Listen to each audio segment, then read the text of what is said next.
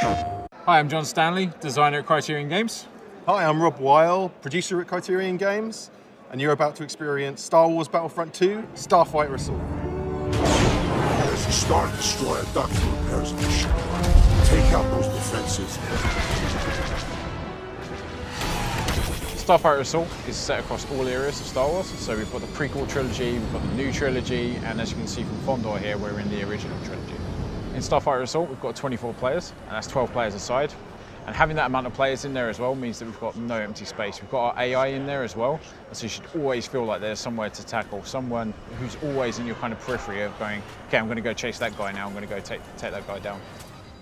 Playing as the Rebels, Phase 1, it's all about destroying the Imperial defences. So coming in, the Imperials can see that the Rebels are trying to mount an attack, and they send out 2 of their big capital ships, their Imperial light cruisers, as you can see here. Big ships that you want to try and get in and deliver as much damage as possible. And new to Starfighter Assault is class-based gameplay. We've got our classes here for the Rebels, so you can see we've got our fighter class, which is the X-Wing, and then we've got our interceptor class, which is the A-Wing, and then we've got our bomber class, which is the classic Y-Wing. For each one of our ships, we've got different star cards, and that's all about making it feel like your ship. You're customizing the ship to make it feel exactly like how you want it to. But we'll speak a bit more about that in a minute. Starting out here is the A-Wing coming in. We've got these kind of defensive turrets, these cinder turrets, and so the A-Wing is actually a really good choice for that. You can get in quite quickly, get in between the laser fire of the turrets and take them out. Okay, so now we're focusing our attentions on the light cruiser, trying to deal as much damage as possible there. It's quite great actually to get in from behind, because then you're going to try and avoid some of that laser fire that's coming off the light cruiser itself. So as you can see here, Rob's actually now shooting one of the Imperial light cruisers. That's made the marker go yellow. That's sending a message to all the other players within the flight to go and attack this now. If you attack this now, you're going to get that additional damage bonus. So what we've really tried to do in Starfighter Assault is make sure there's a varied amount of play so that it caters to all play styles. So we've got a couple of different ways you can actually play, especially when you're attacking. And so here you could either try and focus on the objective, maybe you're an objective player. Maybe you're somebody who's all about having the most kills possible within the match and you're all about dogfighting. Or maybe you're somebody who's about protecting, so maybe you're going to want to protect those AI guys, those AI Y-Wings that are coming in. There's a good varied amount of different play styles, and you can pick any one.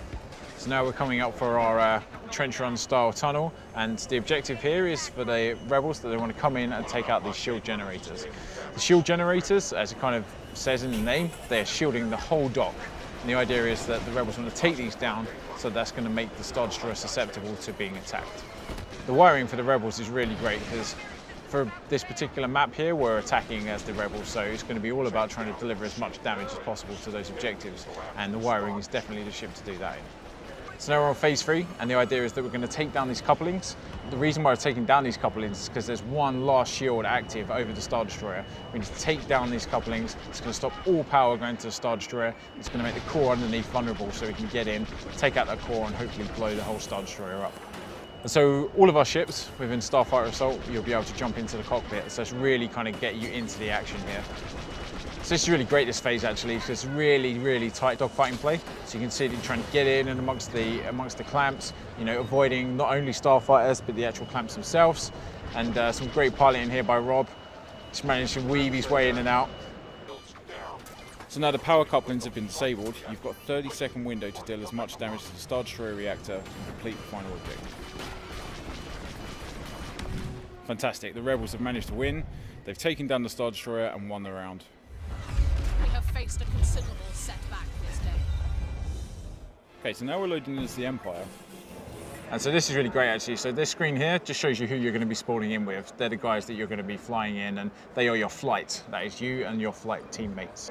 The first phase here for Fondor is that as the defenders, which are the Imperials are trying to stop the Rebels from actually attacking and taking down the Star Destroyer. So what they do to start off with is send out 2 of their Imperial light cruisers. So Rob's coming in as the Interceptor now. That's going to be perfect for getting in and taking down some of those Rebel scum. This is a anti-starfighter ship. You're going to want to use this to take down any other starfighter that's in your way. So they're a lot more agile, they're a lot quicker, and because of this, they're going to have a little less health. And so to try and keep the other players in mind, other players in your flight in mind, we always have these little yellow icons which are kind of clamped around the edge of the screen. So anytime you can go in the direction of where your other flight members are, so you can meet up with those guys. We've just made sure that we've got loads of different variation in play. So as you can see out here, we've got some wider open space for dogfighting, got some tighter spaces in the tunnel there, and then we've got kind of more obstacle-based spaces as well around the Star Destroyer and around the planets. So it just really allows for a big breadth of dogfighting gameplay. For each one of our ships, we've got different star cards, and that's per class as well. What's really great about these star cards is you're going to be able to equip them and kind of really make the starfighter your own starfighter. We're going to have that kind of feel and progression of you are the ace pilot, and you know this is your ship. This is how you're going to customize your ship. So whether you want to play maybe a bit more defensively or maybe a bit more, you know, for attack purposes, those star cards will allow you to do that. And so with star cards, you can either select them at the start of the match, as you can see, or you can even equip them before the match as well. So maybe you want to set your load out, and maybe you want to make sure that your starfighter is just the way you like it before you even go into the match. But of course, you can then change the star cards if you then die and you're back on the spawn screen as well. So if we just look at the top of the screen, that's where we represent what's going on for health for each side. So if you look at the blue side at the moment, because we're the defenders, we are the Imperials, that's the amount of health left on each of the objectives. So the Imperials, it's imperative for them, they want to make sure that there's as much health left on those objectives as possible. The red side of the bar at the moment for the defenders, for the Imperials, is the amount of reinforcements that the rebels have got left. So it's all about the Imperials getting in, taking down as many of those rebels as possible. And so if they manage to take down the amount of reinforcements that are currently there for the rebels, they could win in phase 1, phase 2 or phase 3. At Criterion with our heritage, what we're all about is vehicle feel. So we always start with our vehicles first. We've actually made sure that our controls reflect the kind of class of ship that you're currently in. And so you can see here as we're in the fighter class, it's going to be quite standard controls. You're going to get in, it's going to be quite easy to maneuver. You know, your speed's going to be pretty much normal. You're going to be able to, your roll rates are going to be kind of normal as well. But then if you were to jump into something like the TIE Interceptor, you're going to be going a bit faster, your turning rate is going to be quicker. It's going to allow you to be more nimble because, you know, you haven't got as much health there, so you're going to be wanting to get in and out quite quickly. And if we go on something more like the bomber class, you're going to be a bit slower and your turn rate is going to be a bit less, but that's amplified by the fact that you've got a fantastic amount of firepower, so you can really actually get in there and take down some of the bigger objectives. Just as in the Galactic Assault, we've also got classic icons such as Boba Fett Slave 1, as you can see here, just entered the scene.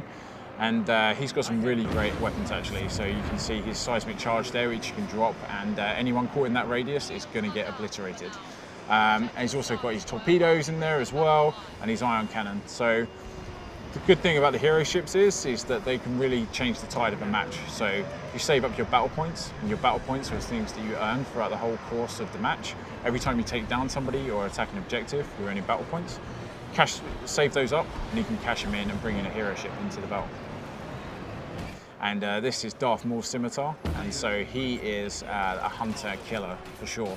So you can see that we'll be able to cloak and go invisible. What's really great about that is that, you know, breaks all missile locks, anyone trying to target him.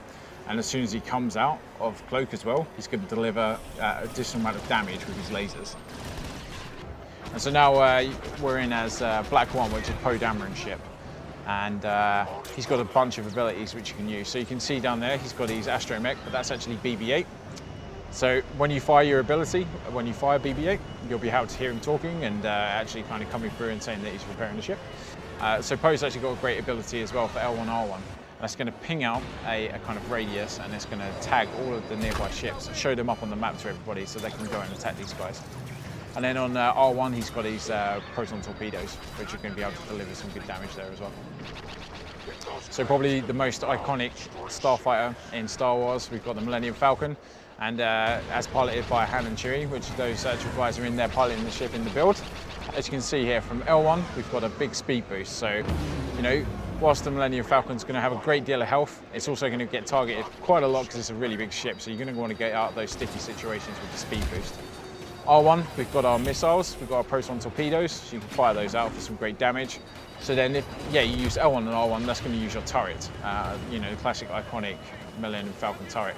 And that's going to automatically track people and fire shots at them to try and take you down if they're on your back. Excellent work. Their assault has failed. Thanks for watching, everyone. Everyone at Criterion just can't wait for you guys to get your hands on this. You can play Starfighter Assault in Star Wars Battlefront 2 out on PlayStation 4 worldwide on the 17th of November. プレイステーション